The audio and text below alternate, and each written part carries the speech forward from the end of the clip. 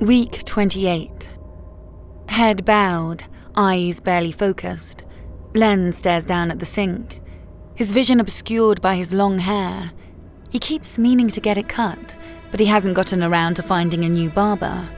Joy would always cut his hair right there in the kitchen, only a couple feet from where he stands.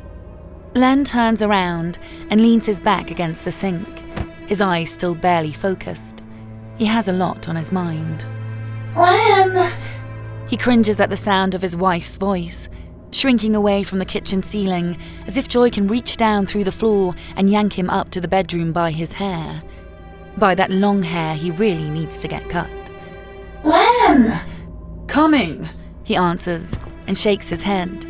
His eyes focus and Len gets back to the task at hand, feeding Joy. Filling the bed tray with what little food is left in the fridge, Len hurries out of the kitchen. Damn it, Claude, Len yells when he almost steps on their orange tabby cat, who loves to post up on the bedroom step of the hallway stairs. The cat yawns but doesn't move, forcing Len to step over him while balancing the tray of leftovers. Of course, the second Len's foot is on the second step. The cat stands up and threads its way up and around Len's ankle, almost causing him to slip and tumble backwards. Claude, Len snaps, and the cat scurries upstairs, turning the opposite direction of the primary bedroom. Claude hasn't gone near their bedroom in weeks. Finally, cresting the top of the stairs, Len takes a deep breath and walks down the dark hallway, his eyes locked on the bedroom door at the end. Len! Joy's voice is raspy raw, barely contained by the four walls of the house, let alone the primary bedroom. coming, Len calls out. hold on. Len puts his shoulder to the bedroom door and swings it open. He braces himself against the intense heat and steps inside. While the heat is overwhelming, it's not the worst part. The worst part is the smell. A mixture of body odor, primal and ripe, and something floral, like roses that have just started to rot, all wrapped in the stink of a tire fire. Here you go, Ken says. He carries the tray to the small side table, setting it down quickly as if he might lose a finger or hand or arm to the wild animal he's feeding. Len chuckles to himself. What's so funny? Joy rasps as she pushes her bulk upright and looks over at the tray. Nothing. Just imagining you as a caged bear. That's not very nice, Joy says. Then she sees the tray and frowns. What's this? Dinner? This isn't dinner. This is garbage. I haven't had a chance to go grocery shopping. They have services that deliver. Not here. We're too far out. I tried. I bet if you tip enough, they'll come. Len doesn't respond. No point in arguing with Joy. Once she's picked a side, she doesn't budge until she wins. Disengagement has always been Len's tactic.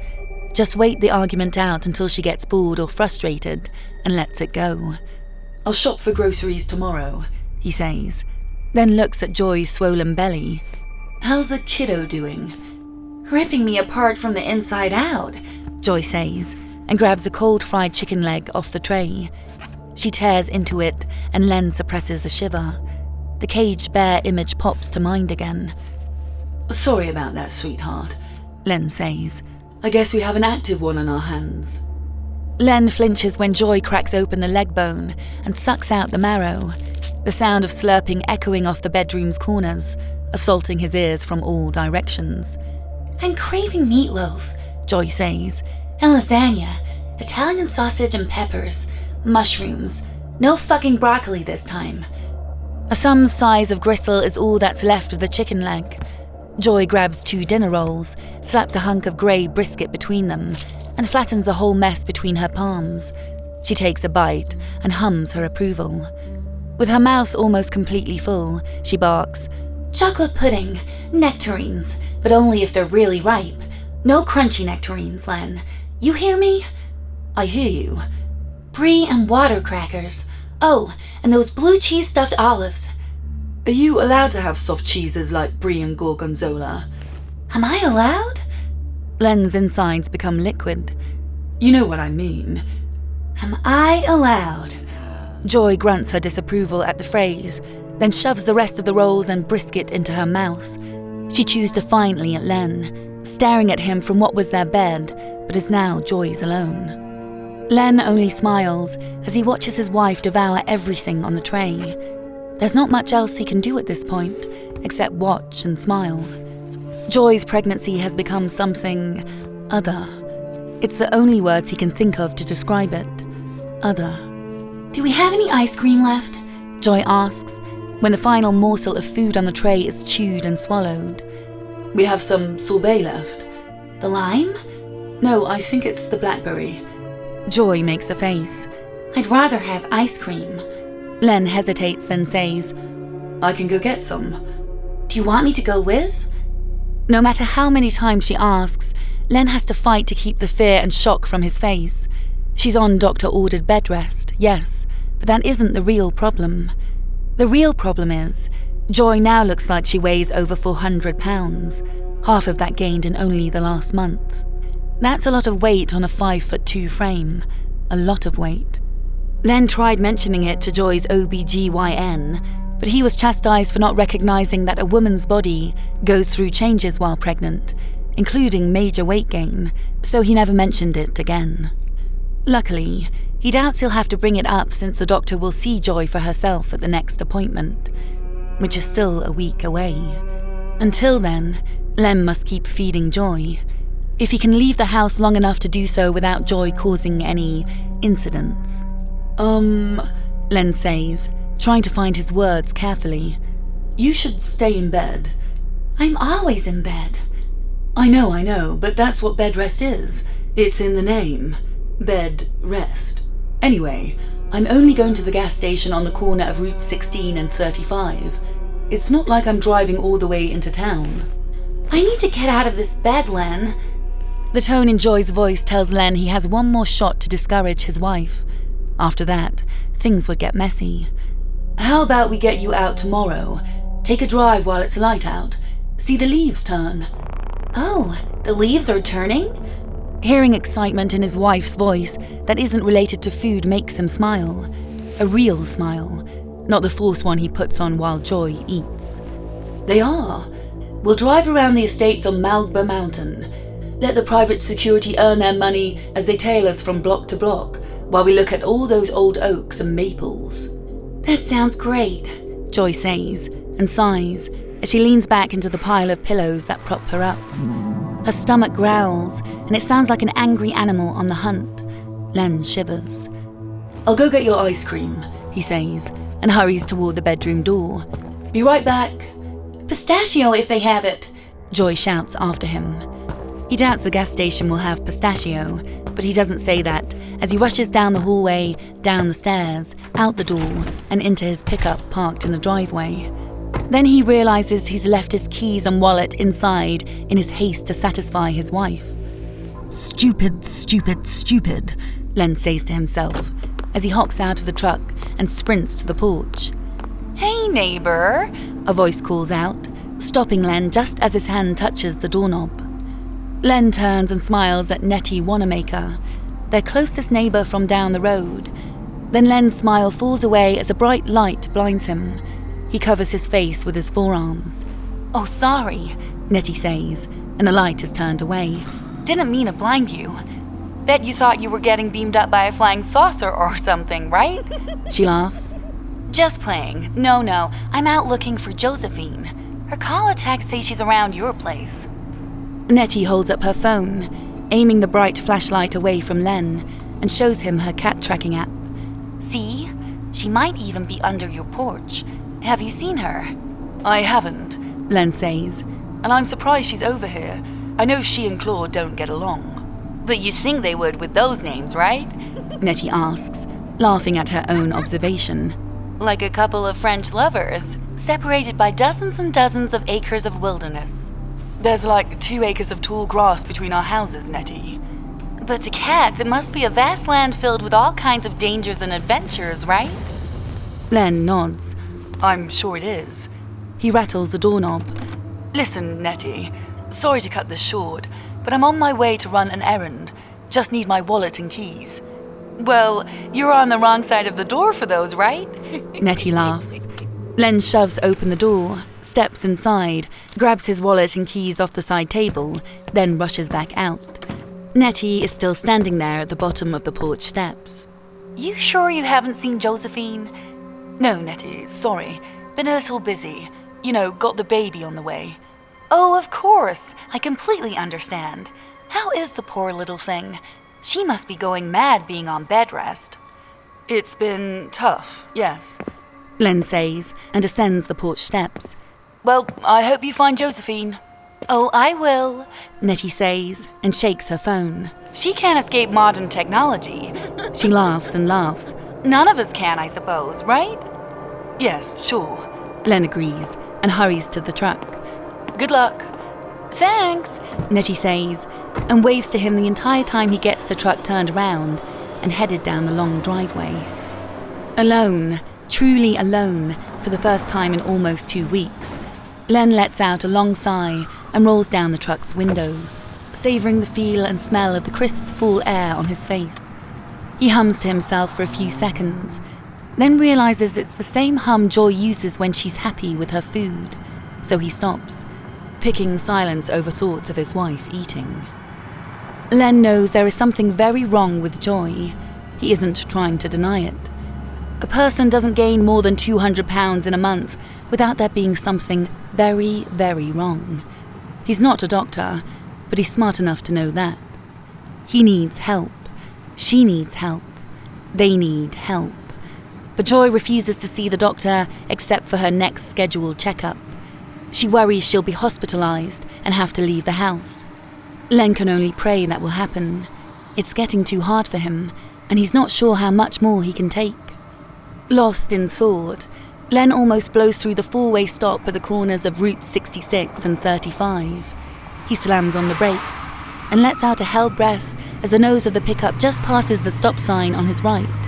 Then he puts his blinker on, turns right, and immediately turns right again into the gas station's parking lot. 2 cars are at the pumps, and one is parked in front of the convenience store. Len parks next to the car in front of the store and hops out. Hey, Len! Someone from the pumps yells. Hey! Len says, and waves without looking to see who it is. He's on a mission for ice cream, and he knows he only has so much time. He shudders at the thought of when the Mormon missionaries came by while he was out. One of them was actually crying when Len got back home. Neither would look at him as they got on their bikes and sped away. Joy never did say what exactly had happened. But visitors coming by wasn't the main problem anymore, not since all the weight gain. The last time Len left the house to go grocery shopping was the last time he'd left the house. He was gone for exactly 68 minutes. When he got back, Joy had gotten out of bed, broken the nightstand, a rocking chair, and cracked the bureau as she staggered to the bathroom. She doesn't know her own girth, and either she'll destroy the house while he's gone, or she'll hurt herself. He has to hurry before she really hurts herself, or the baby. Len shoves the sudden image of her waddling to the stairs out of his mind. She knows to stay in the bedroom, right? Right? Len shakes his head and laughs at himself. He's sounding like Nettie with all the rights. Yanking the door open, Len heads straight for the freezer chest in the back of the store. Hey, Len, been a while. Junior Burrows says from the counter where he sits reading an issue of Garden and Gum magazine. Hey, you ever made stuffed pumpkin before? Says here you can fill it with all sorts of ingredients and then roast it in the oven. I'm thinking of doing one in my smoker. That green egg makes everything taste better. Sounds delicious, Junior, Len says as he reaches the ice cream freezer. He pops it open and studies the choices. Hey, Junior, you got any pistachio ice cream? I don't think we've ever carried that flavor. Oh, okay. Joy's craving pistachio, huh? Well, we should have butter, pecan, or pralines and cream in there if she's in the mood for nuts. Junior laughs, and Len gives him a charity laugh. I see the pralines and cream, Len says, and pulls a pint out.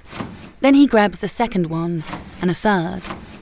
By the time he walks up to the counter, his arms are full of 6 pints of pralines and cream and 3 pints of butter pecan. Looks like I know what I need to add to the food order tomorrow, Junior says with a laugh as he rings up the purchase. Need anything else? Some cherries or hot fudge or whipped cream? A trough? Len's eyes go sharp at the comment. Shit, Len, sorry, I was just joking, Junior says. It'll be $58.60. $60 of ice cream. Jesus. Len mutters, then waves his hand. Yeah, sure, no problem. He puts his card in the reader while Junior bags up the pints. Len's phone chimes and he grabs it out of his pocket, like his life depends on it. He expects to see Joy's name, but it's Nettie's, and she's left a voice text. Josephine must have gone inside your house through the cat door. I knocked, but Joy didn't answer. She's probably asleep, the poor thing. I'll go in and snoop around for Josephine. Don't worry, I'll be quiet. I'll go in through the back. I know where the spare key is. Oh no, Len says, and grabs the bags of ice cream just as Junior finishes packing them. Oh, please, no. That Nettie Wanamaker sure does what she wants to, Junior says, and shakes his head. He raises a hand as Len sprints from the store and back to his pickup. I'll see you later, Len. Say hi to Joy for me. Len hears none of Junior's words because he's already in the truck and cranking the engine over. Then he's whipping out of the parking lot, almost clipping a Honda Civic filled with teenagers. He gets shouts and middle fingers from all of them, but he doesn't care. Pushing the truck as fast as it will go, Len races down Route 16 towards home. He pulls his phone out and calls Nettie's number. Pick up, he growls. Hi, Len. Nettie's voice answers in a faux whisper. You got my message. I'm being very quiet, I promise. Nettie, please leave the house. I don't want you to disturb Joy. Didn't you hear me? I'm being very quiet. I'm tiptoeing upstairs now. Nettie, no! Shh, Len. I've been around pregnant ladies before. I don't have kids myself, you know. But us women stick together, right? I won't be a bother to Joy at all. Len's heart drops. Nettie. What's that noise? Nettie, what are you doing? Josephine, baby. Nettie, please leave the house right now. Len, I hear something in your bedroom. Nettie, no! Len hears a scream, then the phone goes dead. No matter how many times, Nettie doesn't pick back up. 10 minutes later, Len is barreling into his driveway. The pickup is barely stopped when he jumps out and runs to the front door. Before he gets to the porch, the door opens and Nettie comes racing out, her right hand clutched to her chest, her mouth open in an ear-splitting scream. I couldn't stop her. She tried to eat me. Nettie shrieks and races past Len, headed straight for her home. Nettie, wait. Len shouts after her, but the woman is long gone, halfway through the tall grass that separates the two properties. Len takes a deep breath and walks inside. There's a trail of blood leading from the front door to the stairs, up the stairs, and to Len and Joy's bedroom. As Len follows it, he puts the back of his hand to his nose. The smell from his room is worse than ever. Joy, he calls out softly, unsure if he's more terrified that she will answer or she won't answer. Joy, baby. When he reaches their bedroom door, he stands in the frame as his jaw falls open. Fur is everywhere.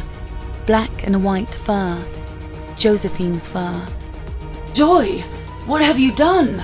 Len cries, staring at his wife while she sits in the middle of the room and licks her fingers.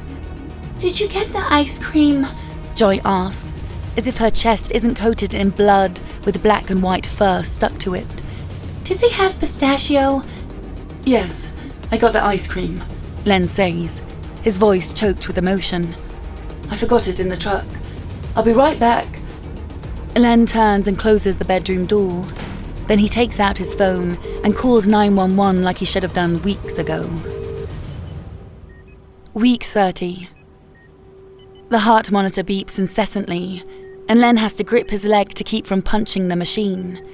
He's been having to grip his leg a lot the past week, as he sits and watches his wife grow and grow, while none of the doctors or nurses can tell him what's going on.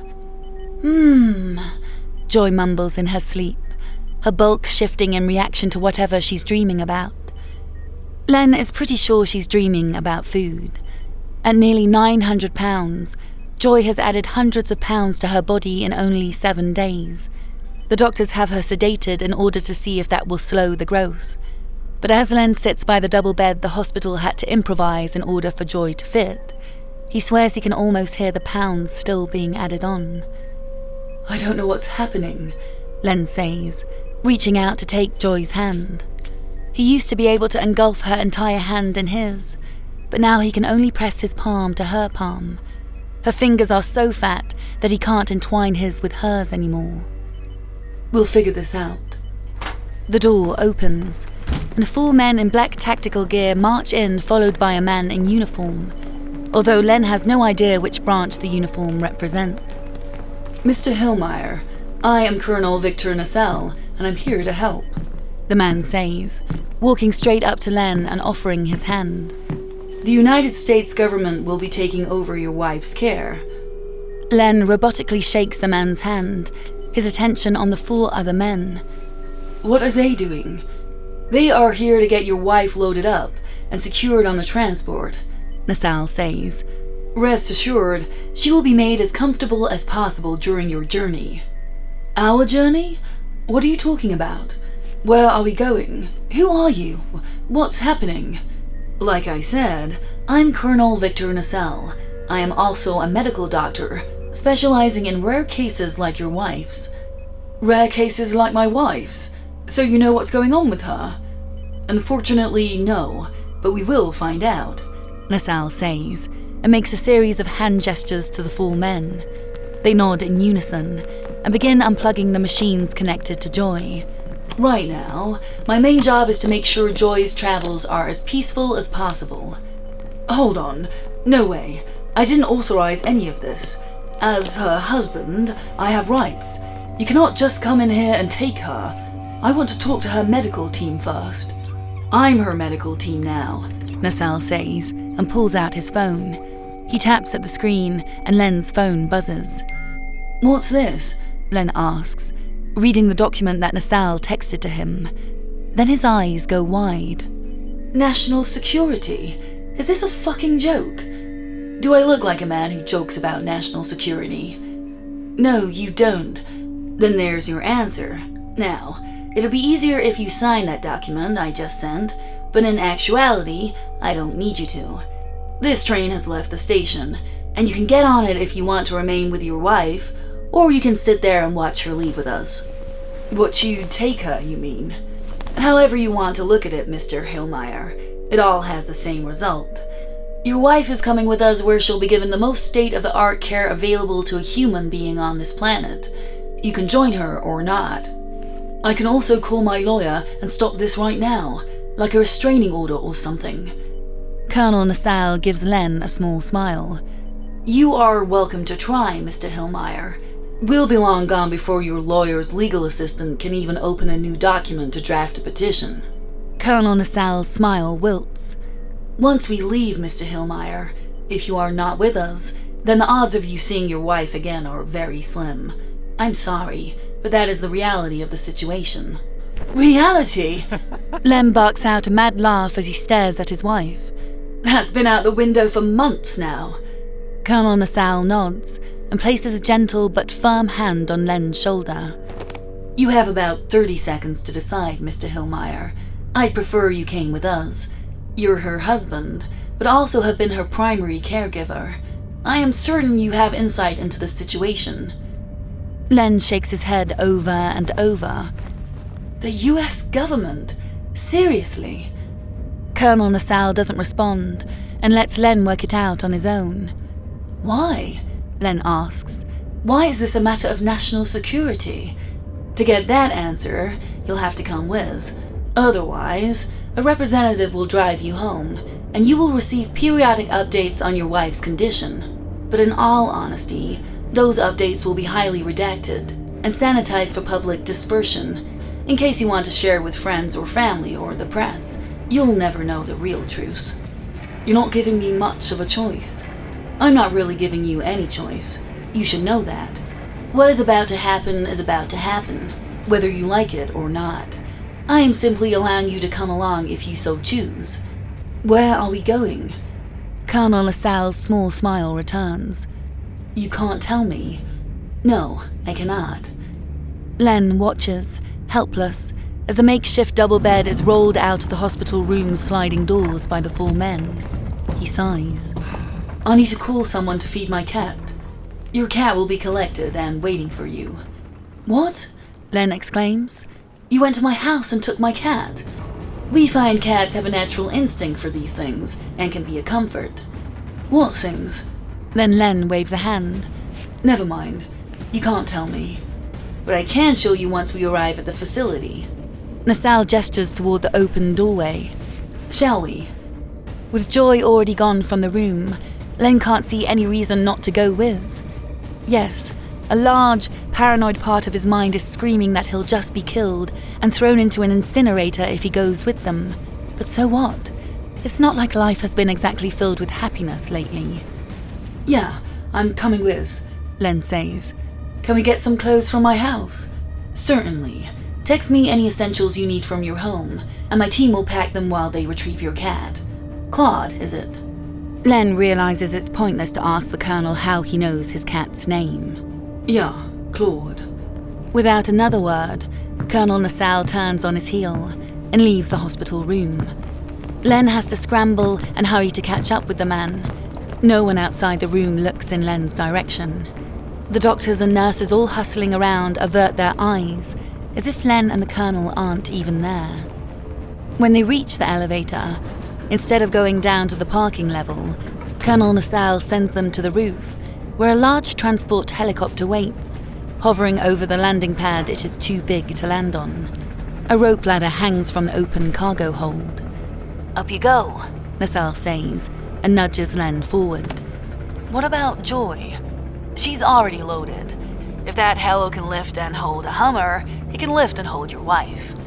Len glares. Sorry, Mr. Hillmeyer. That sounded more callous than I intended. Shaking his head, Len grabs the rope ladder and climbs. At the top, he is helped inside the hold by a new set of black-clad men. Len is stunned by what he sees. Joy's bed is secured inside a large plexiglass cube that sits in the center of the hold. But before he can get a good look, one of the men directs Len over to a hatch that he has to step through. On the other side is a small passenger cabin, and Len is guided to an empty seat. Sit down and strap in, the man says, then leaves.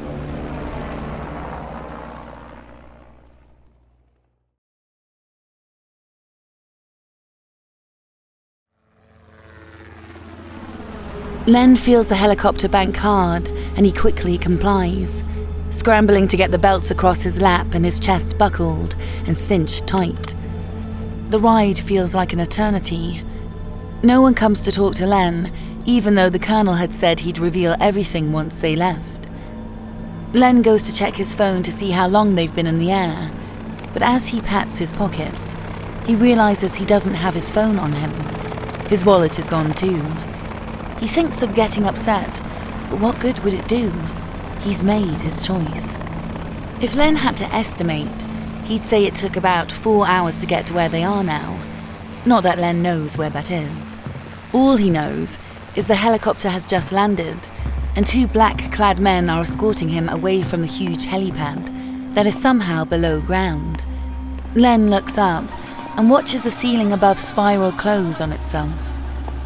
I hope you had a good flight, Mr. Hillmeyer, Colonel LaSalle says, after Len has ridden 10 floors down and is shown to a well-appointed office at the end of a long hallway. Your wife's travel couldn't have gone any better. Good to hear, Len says. Len doesn't wait for an invitation and takes a seat in front of the large wood desk the Colonel sits behind. Okay, I'm here. What's wrong with my wife? Wrong is a subjective word I stay away from. I'd prefer to tell you what's happening to your wife instead. Okay, so what's happening to my wife? I have no idea. Len waits for the rest, and when the Colonel doesn't add to his answer, Len stands up.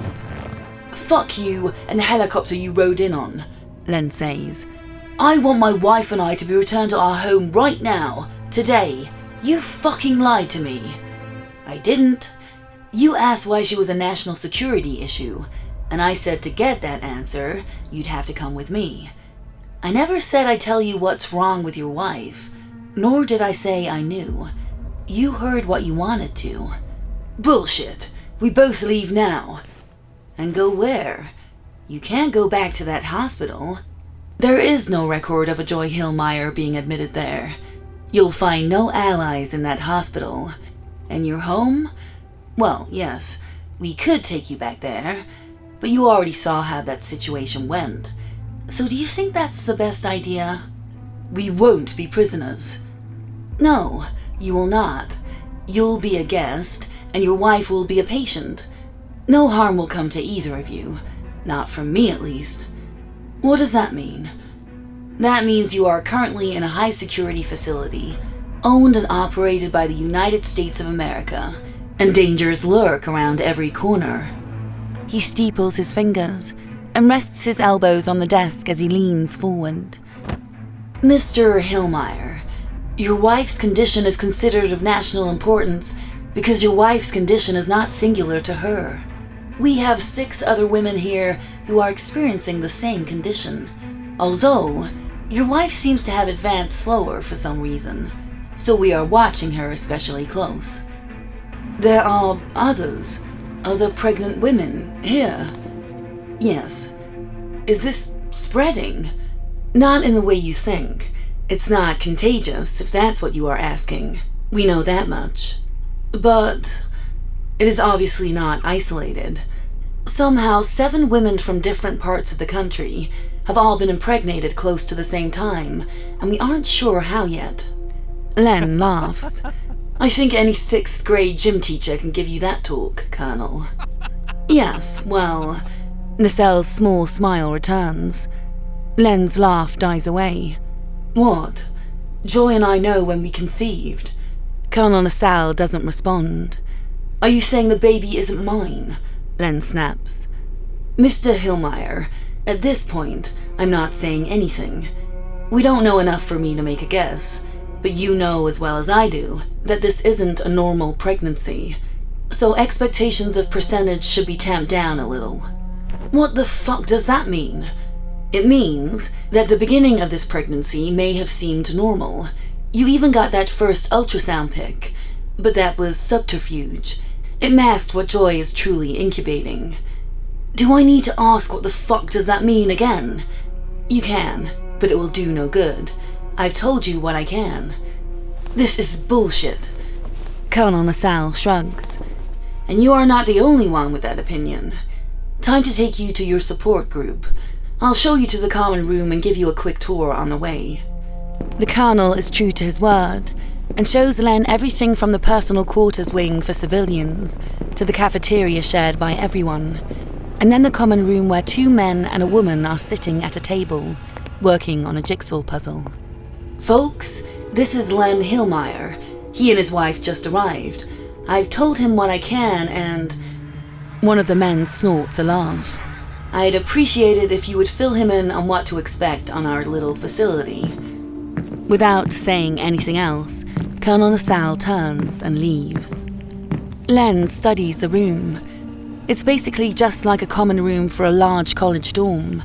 Shelves of games, a huge flat-screen TV, a couple of tables, lots of ratty couches and chairs, a pair of fridges up against the wall. How far along is she? The woman at the table asks. About 30 weeks, Len replies. The 3 people look at each other, then a man nods at the empty 4th seat at the table. Better have a seat. If you want a beer, then grab one from the fridge first, he says. You'll need it, the man who snorted at Nacelle adds. Len gets himself a beer. Week 38. Len juggles the 8 gallons of pistachio ice cream into the tray, then pushes it through the slot into Joy's room. A meaty hand, the size of 2 dinner plates, slaps at the slot until the hatch on the other side opens. The gallons of ice cream are yanked out, and torn into so fast that Len jumps and takes a step back from the room's observation window. He doesn't even know he's crying until someone casually hands him a tissue as they walk by. Week 41. The can of Coke foams everywhere as Len cracks the tab. The other spouses and partners seated around the poker table laugh, but not cruelly. Nothing is ever cruel between the group. Life's cruel enough. Here you go, Connie Hauser says, tossing Len a roll of paper towels. Get it before it gets on the poker chips.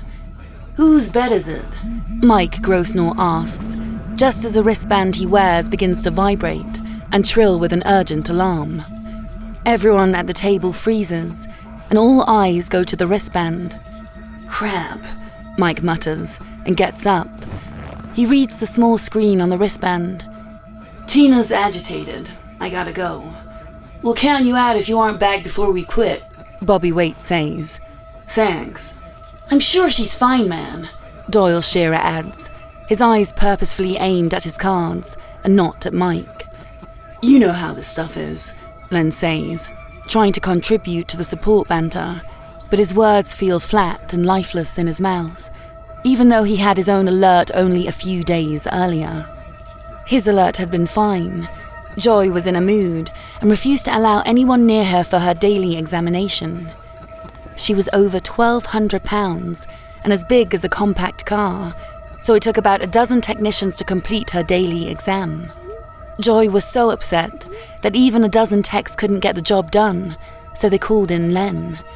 15 minutes of talking, plus the promise of an extra 4 gallons of pistachio ice cream, and Len had Joy as calm as she could be. But something tells Len that this time it's different.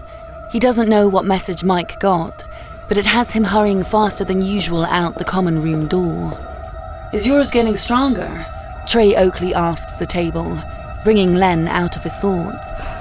There's a collective sigh around the table. Yes, a lot. I think so. Len thinks for a minute, then nods. Yes. I don't think that's good, Trey says, and throws in 2 red chips which equal 20 M&Ms each. Call.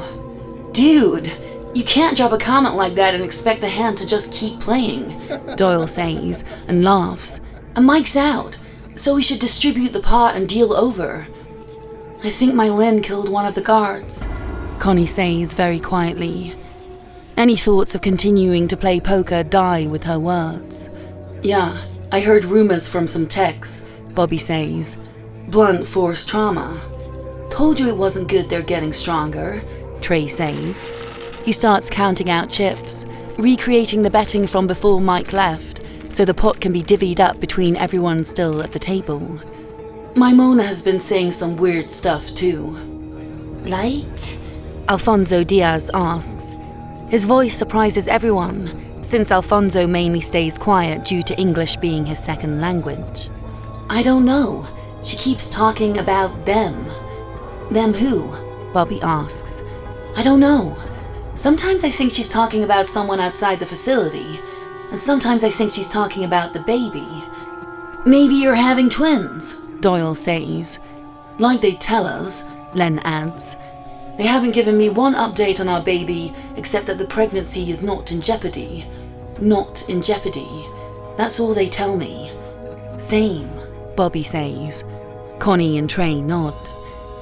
Len knows there's no baby anymore. That dream died as soon as he and Joy arrived at the facility. It died for the others too. But it's easier to talk about babies that don't exist than talk about what might actually exist. What might be growing inside their wives and partners. Alfonso opens his mouth to add something, but whatever it is drowned out by a blaring klaxon that fills the air in the common room. Everyone slaps their hands to their ears. Emergency lockdown in effect. A booming robotic voice announces over the klaxon, assaulting everyone's ears even more. Please shelter in place. What does that even mean? Len cries, but no one can hear him. Emergency lockdown in effect. Please shelter in place. There's the sound of heavy clanking and large machinery moving about. Then everything, including the klaxon and robotic voice, ceases. The silence weighs heavy on the group, as one by one they pull their hands from their ears. Doyle looks at his wristband. A little heads up would have been nice. What's the point of these things if all they do is fetch us when we're needed? I think you answered your own question, Connie says. What the fuck? Bobby shouts. He's standing by the common room doors. One is open and he moves aside. We really are locked in here. Instead of a hallway on the other side of the door, there's thick metal plating. Bobby opens the other door to reveal the same view. That looks like a blast shielding, Trey says. I saw it when I was deployed. Embassies have it built into the walls and hanging over doors and windows, ready to lock down when needed. Hey! Bobby shouts as he bangs his fist on the plating. Let us out of here! Gunfire erupts from somewhere on the other side of the metal plating, and Bobby backs away quickly. There's a crackle from the common room's PA speakers. Hello, spouses and partners. Colonel Nassau's voice calls out from the high corners of the room. I apologize for any stress this drill has caused. Drill my ass! Doyle shouts up at the ceiling. Are those blanks we're hearing? I am not at liberty to say. Nassau replies. All I can say is that we have everything under control, and life here in the facility will return to normal shortly. Connie's, Alfonso's, and Bobby's wristbands go off simultaneously. What the fuck, Nassau? Bobby yells, holding his wrist up. Yes, please disregard those alerts. It was an automatic triggering caused by... They all wait, but no further explanation comes. Fuck, Trey says to Len. This must be bad if Nassau can't even keep up with his own bullshit. Consent needed? Connie yells as she stares at her wristband screen. Consent for what? Like I said, you can disregard the alerts and any messages that come with them. We have everything in hand. More gunfire echoes through the metal plating. Is Carla okay? Bobby shouts. Hey, Colonel, is my wife okay? There's no response from Colonel Nassau. A few seconds later, and everyone's wristbands are back to being inert pieces of nylon and plastic. Nassau! Bobby yells. Answer me! Nassau does not.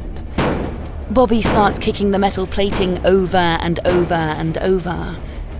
Then something kicks back so hard that a dent becomes visible on the common room side. Bobby staggers away, tripping over his own feet as he falls on his ass. He keeps moving though, and scoots backwards on his butt until he's close to everyone else, and nowhere near the common room doors. A keening wail claws itself through the plating, and Alfonso gasps. Lucinda, he says, and takes a step toward the plating. I wouldn't, Doyle says, and grabs Alfonso's shoulder. The man shakes off the hand and keeps walking toward the metal plating. Lucinda, he calls out. Is that you? The keening wail stops, replaced by a light tapping from the other side. Lucinda! Alfonso shouts and rushes to the plating. He presses himself flat against it, his cheek on the cool metal. Lucinda, I hear you! Mr. Diaz, please step away from the bulkhead. Colonel Nassau's voice orders from the PA. Mr. Diaz, do not be fooled by... Alfonso's head becomes mush as a 10-inch hole is punched through the 12-inch steel.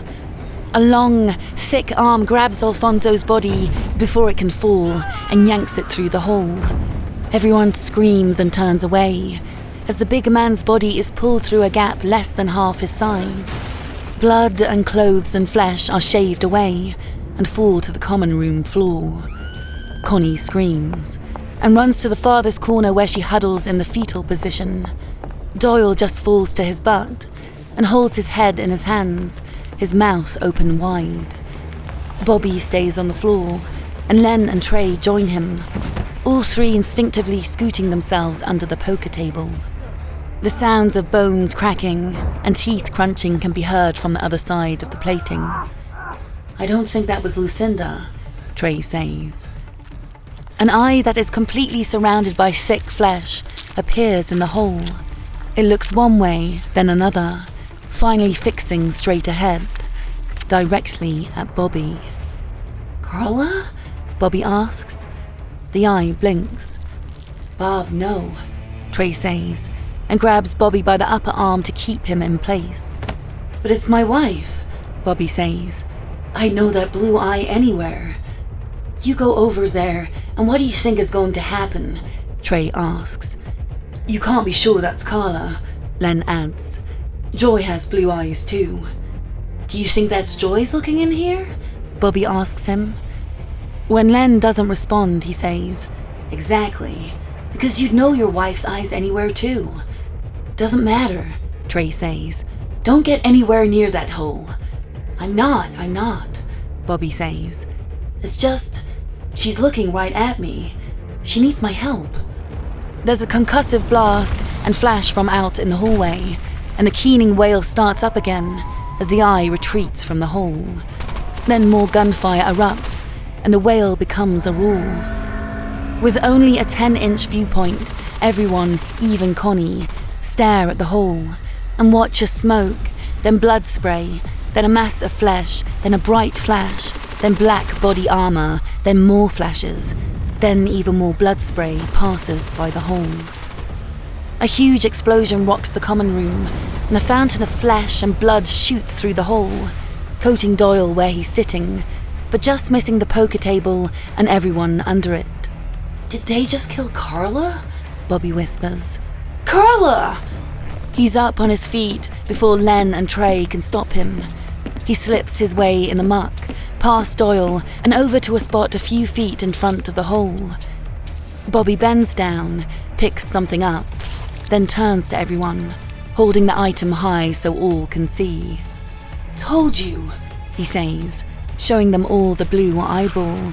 It was Carla. Then he collapses to his knees and starts sobbing. More explosions erupt out in the facility. I guess we'll just wait here until someone comes and gets us, Len says.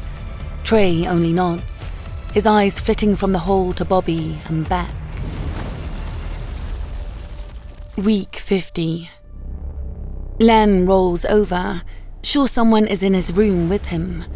Claude stirs at his feet, but doesn't get off the bed, stretching instead, then curling back up into a tight orange ball. When the lamp on the side table comes on and reveals Colonel Nassau standing only a couple feet away, Len isn't exactly comforted by the fact his instincts were right. What is it? He asks the Colonel. It's time, Colonel Nassau says. Get dressed and come on.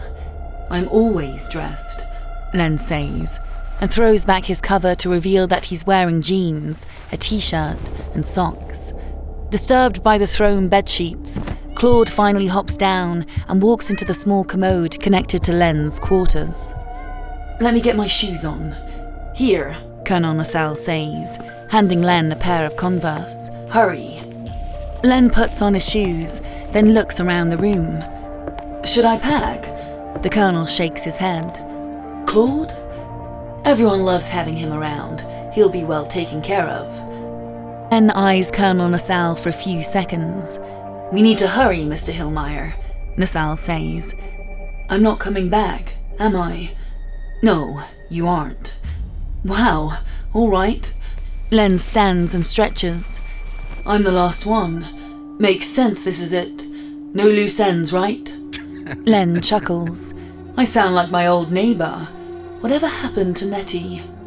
She had reconstructive surgery on her hand and has a new cat.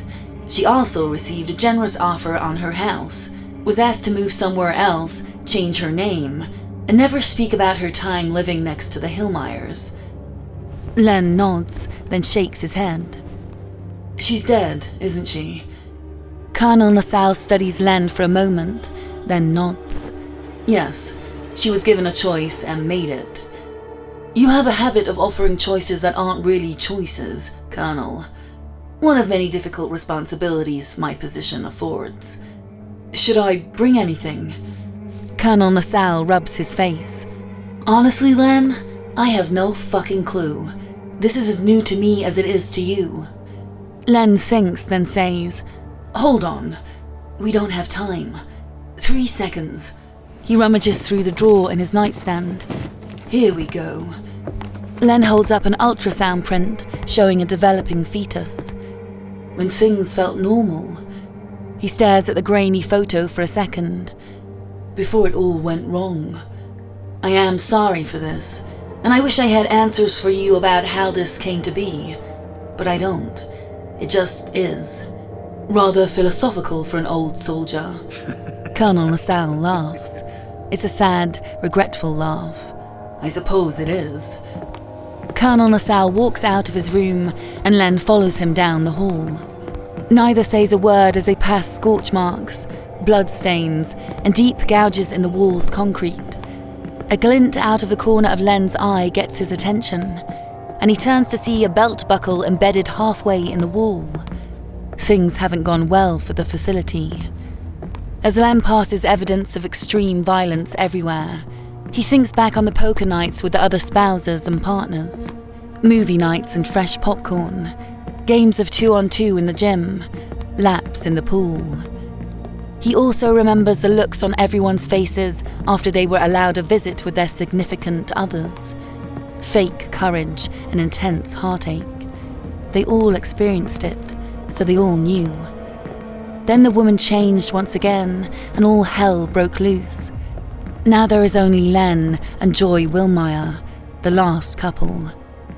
The two men remain silent as they step into an elevator and ride all the way to the surface.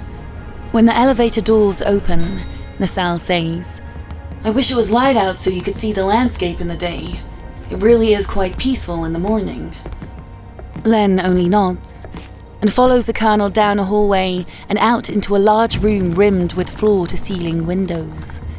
There she is, Mr. Hillmeyer, LaSalle says, as he points at the forklift rolling a huge shipping container out into the middle of a massive field. The space is so large that the forklift and shipping container look like toys. She? Joy? Len asks, eyes wide. She's in that container? She is, and close to outgrowing that too, LaSalle says. They watch as the container is set down in the middle of the massive field, and the forklift starts its way back toward the facility. It only travels about 20 yards when a bright bolt of red light streaks down from above, melting the forklift into a pile of hot goo. Damn it, LaSalle says. He shakes his head and looks to Len. You only have seconds to decide. After that, depending on your decision, you have 5 minutes to get to the container. Out there? Len asks, pointing at the smoking wreckage. You want me to go out there after that? I don't want you to do anything, Mr. Hillmeyer. That's why it's your decision. Len glances at the colonel's side arm. If I stay, you'll put me down like you put down Trey last week, yeah? Am I right? I wouldn't phrase it that way, but yes, you are correct. Jesus. Len rubs his face over and over, faster and faster, then slams his fist down against his thigh. Shot by you, or shot by whatever that was. Great choice. You won't be shot like the forklift. Really? How do you know? Because they still need someone to feed Joy. They? Who are they? LaSalle doesn't respond. Fine, well, I sure as shit don't want to get shot by you, so I guess I'll go see my wife. I think that's the best choice for both of you. You and I know neither of us have had much choice in any of this. Colonel LaSalle nods. So, how does this work? Len asks, turning to face the container. You walk out there. That's it? That's it. Go get your wife, Len. It's time this was all over. For everybody. Len takes a deep breath and lets it out slowly. Then he offers his hand to the colonel. LaSalle takes the hand and shakes it firmly right before he steps back and salutes Len. Oh, you're just being melodramatic, Len says with a laugh and returns the salute. Good luck, Len Hillmeyer, Colonel LaSalle says, as Len steps through the outside door and walks out into the night. The air is cool, but there's a vibration, a hum to it that Len can't pinpoint. He walks away from the facility. a place he's lived for so many weeks that it feels like he's always been there. The moment his foot touches the edge of the massive field, 1,000 lights and strobes and beams erupt above him, turning the dead of night into the brilliance of midday. Then a single beam locks onto Len and tracks him as he quickly makes his way toward the container. Above him, the hum and vibrations increase as machinery invented and built millions of light years away powers up. Len has no idea what he will face when he reaches the container, but as the alien construct above slowly lowers toward the massive field, Len has one thought. He should have asked for some pistachio ice cream. Joy would have loved it. Thanks for watching. If you enjoy these stories, be sure to click subscribe and check out some more stories here.